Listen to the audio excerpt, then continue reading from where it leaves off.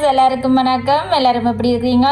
எங்களோட வீட்டு தோட்டத்தில் 5 பச்சை மிளகாயை வச்சு நான் மோர் மிளகாய் எப்படி செய்கிறேன்னு செய்முறை உங்களுக்கு செஞ்சு காட்ட போகிறேன். மோர் மிளகாய் செய்கிறதுக்கு தேவையான பொருட்கள், தேவையான அளவு பச்சை மிளகாய், உப்பு, தயிர், இவ்வளவு தான் தேவை.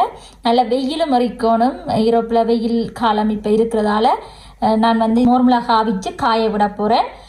மோர் மிளகாய் அவிக்கிறதுக்கு பச்சை மிளகாய் காம்பை நீக்கி நல்லா தண்ணியில் கழுவி எடுத்துட்டு பச்சை மிளகாயை நல்லா நடுப்பகுதியை கீறி எடுத்துருக்கிறேன். ஏன்னா உப்பு உள்ளுக்கு போய் நல்லா உப்பு ஊறுறதுக்காக நடுப்பகுதியில் நல்லா கீறி இருக்கிறேன்.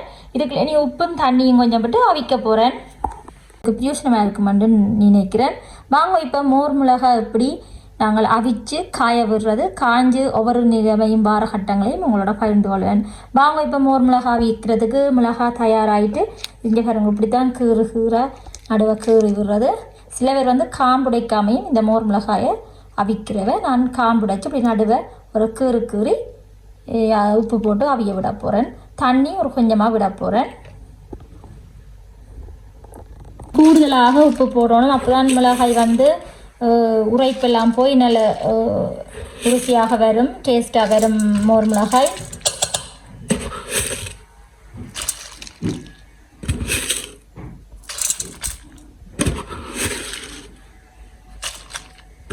சின்ன கரண்டியில் நான் என் கூட போடுறேன். நல்லா உப்பை எல்லா இடமும் பிடிக்கிற மாதிரி தூவி விடுவோம். உப்பு போட்டாச்சு. அடுத்ததாக கொஞ்சம் தண்ணி விடுவோம். இது 1 கிளாஸ் தண்ணியை இதுக்குள்ள ஊற்றி அவிய விட போகிறேன். சின்ன கிளாஸெல்லாம் 1 கிளாஸ் தண்ணி விட்டுருக்கேன். காணும் 1 கிளாஸ் தண்ணி. இந்த மிளகாயிற கலர் மாதிரி அவிஞ்சு வர மட்டும் வெயிட் பண்ணுவோம்.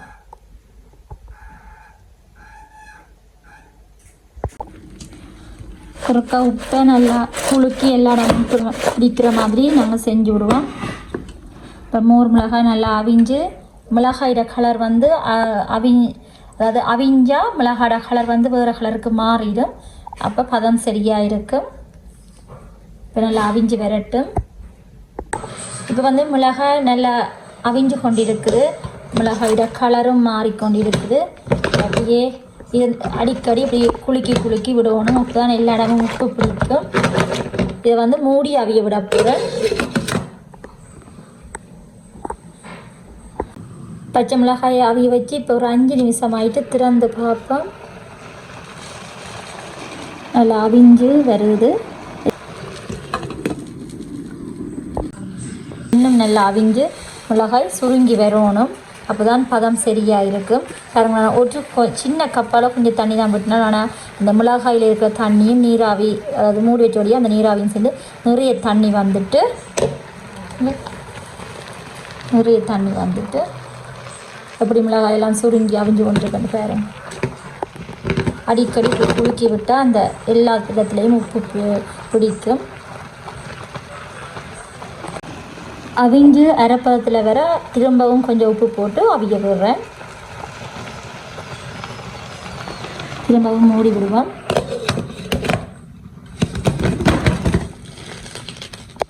இந்த அவியட்டும்.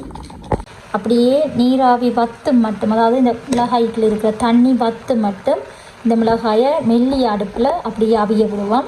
அப்போ தான் நல்லா உப்பெல்லாம் மூடி அந்த மிளகாயில் இருக்கிற காரம் எல்லாம் திருப்பி இந்த மிளகாயோடு சேரும். இது இப்படியே இருக்கட்டும்.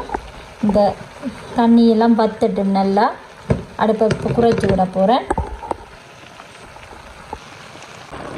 பச்சை மிளகாய் நல்லா அவிஞ்சு கலரெல்லாம் மாறி ஒரு கொஞ்சம் தண்ணியும் இல்லாமல் வத்தி வந்துட்டு சூடாறி வரட்டும். கொஞ்சம் நல்லா அவிஞ்சு வந்துட்டு சரியான காரமான மிளகாய். நாங்கள் தயிர் அல்லது நாங்கள் கடையில் வாங்குகிற ஜோக்கெட் பாவிக்கலாம். நான் நேச்சுரல் ஜோக்கெட் 2 கப் எடுத்துருக்கிறேன். இப்போ இந்த அவிச்ச மிளகாயோட இந்த ஜோக்கெட்டை கலப்போம்.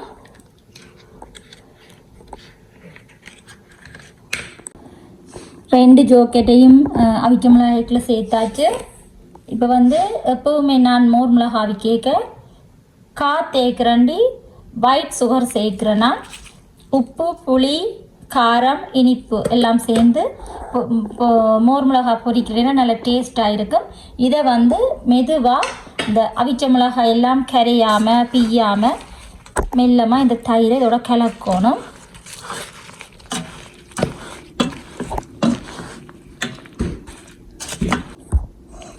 இந்த மிளகாயை நசிக்காமல் மெதுவாக ஜோக்கெட்டையும் சீனியையும் எல்லா அளவும் பிடிக்கிற மாதிரி கிளறி விடணும்.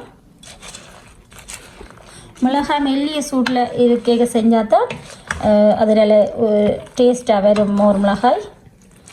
மெதுவாக எல்லா இடமும் இப்படியே கலந்து விட போகிறேன்.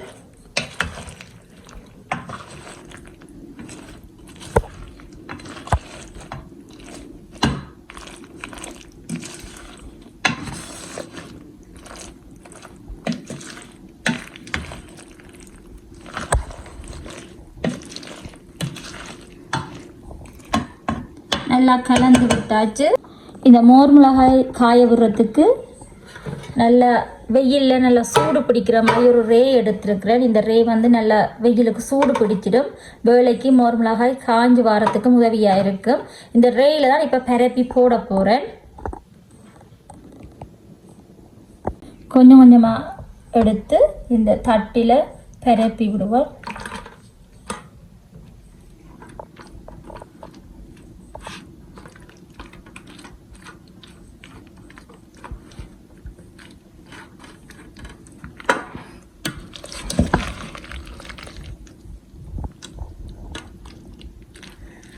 இப்படி எல்லாத்தையும் காய விட போகிறேன். இப்போ இந்த ரேயை வந்து நான் வெளியில் நல்ல வெயில் படுகிற இடமா காய விட போகிறேன். இந்த மிளகாயை வெயில் பிடிக்கிற இடமா கதிரையை போட்டுட்டு அந்த கதிரையில் இந்த அவிச்ச மிளகாயை நல்லா காய விட போகிறேன். இது காஞ்சு தான் மோர் மிளகாயாக மாறி வரும். எல்லாருக்குமே தெரியும், தெரியாதாக்களுக்காக நான் தயிர் கூடுதலாக விட்டுருக்கிறேன். ஏனென்று சொன்னால் மோர் மிளகாயை பொரிக்கும் போது நல்ல இன்னும் கூடுதலான சுவையை தர்றதுக்காக. இப்படியே இந்த வெயிலிருந்து காயட்டும். ஆனால் என்னதான் வெயில் அடித்தாலும் ஒரு 8 மணிக்கு பிறகு இரவில் வந்து ஒரு குளிர் காத்தடிக்க வலிக்கிட்டுரும். திருப்பி ஈரழிப்பு தன்மையாக வர்றதுக்கு சந்தர்ப்பம் இருக்குது. நான் வந்து இதை வந்து இரவு நேரத்தில் வீட்டுக்குள்ளே எடுத்து வச்சுட்டு வெயிலான நேரத்தில் வெளியில் எடுத்து வச்சு தான் காய வைக்க போகிறேன். இந்த மிளகாய் வந்து மெல்ல மெல்லமாக எப்படி காஞ்சி வருது அந்த கட்டத்தையும் உங்களோட பகிர்ந்து கொள்கிறேன். நான் மோர் மிளகாய் அவிச்ச நாள்லேருந்து ஒரே மழையும் குளிர் காற்றுமாக இருந்தது. இன்றைக்கி தான் நல்ல வெயிலாக இருக்குது. அதை வெளியில் வச்சு கொஞ்சம் கிளறி விடுறேன். பாருங்கள், இன்னும் ஈரமாக இருக்குது, காய இருக்குது. இன்னும் நல்ல சருகுமாய் காயணும்.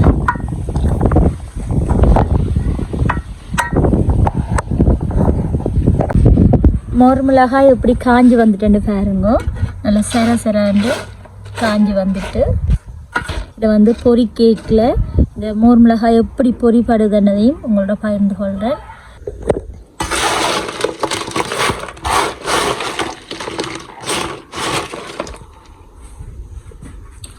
பொரிச்ச மிளகாய் பொரிச்சு காட்ட போகிறப்ப கிணக்க தேவையில்லை, கொஞ்சம் காணும் எனக்கு.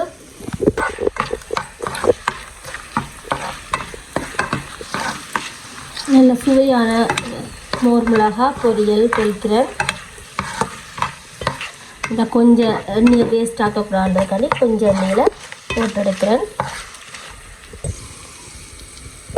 எங்களோட வீட்டு தோட்டத்தில் காய்த்த பச்சை மிளகாயை அவிச்சு போட்ட மோர் மிளகாய் ரெடி ஆகிட்டு முறைகிற அளவுக்கு பொரிய விடக்கூடாது. இந்த நிறம் ஓகே ஆகிருக்கும், நல்ல சுவையாக இருக்கும். எங்களோட வீட்டு தோட்டத்தில் ஆய்ந்த பச்சை மிளகாயை அவிச்சு நான் செஞ்ச மோர் மிளகாய் பொரியல் நல்ல சுவையாயும் நல்ல வாசமாயும் இருக்குது. கண்டிப்பாக நீங்களும் மேலதிகமான மிளகாய் இருந்தால் இப்படி அவிச்சு மோர் மிளகாயை காய வச்சு பொரித்து சாப்பிடுங்க. ஆரோக்கியமான சுவையான மோர் மிளகாய் கிடைக்கும். என்னுடைய வீடியோ பிடிச்சிருந்தால் லைக் பண்ணுங்க, ஷேர் பண்ணுங்க. என்னுடைய யூடியூப் சேனலுக்கு முதல் முறை பார்க்குறீங்களா இருந்தால் சப்ஸ்கிரைப் பண்ணி பக்கத்தில் இருக்கிற பெல் பட்டனை கிளிக் பண்ணி வைங்க. அப்போ தான் நான் போகிற வீடியோக்கள் உடனுக்குடனே பார்க்கக்கூடியதாக இருக்கும். இன்னொரு வீடியோ உங்களை சந்திக்கிறேன். நன்றி, வணக்கம்.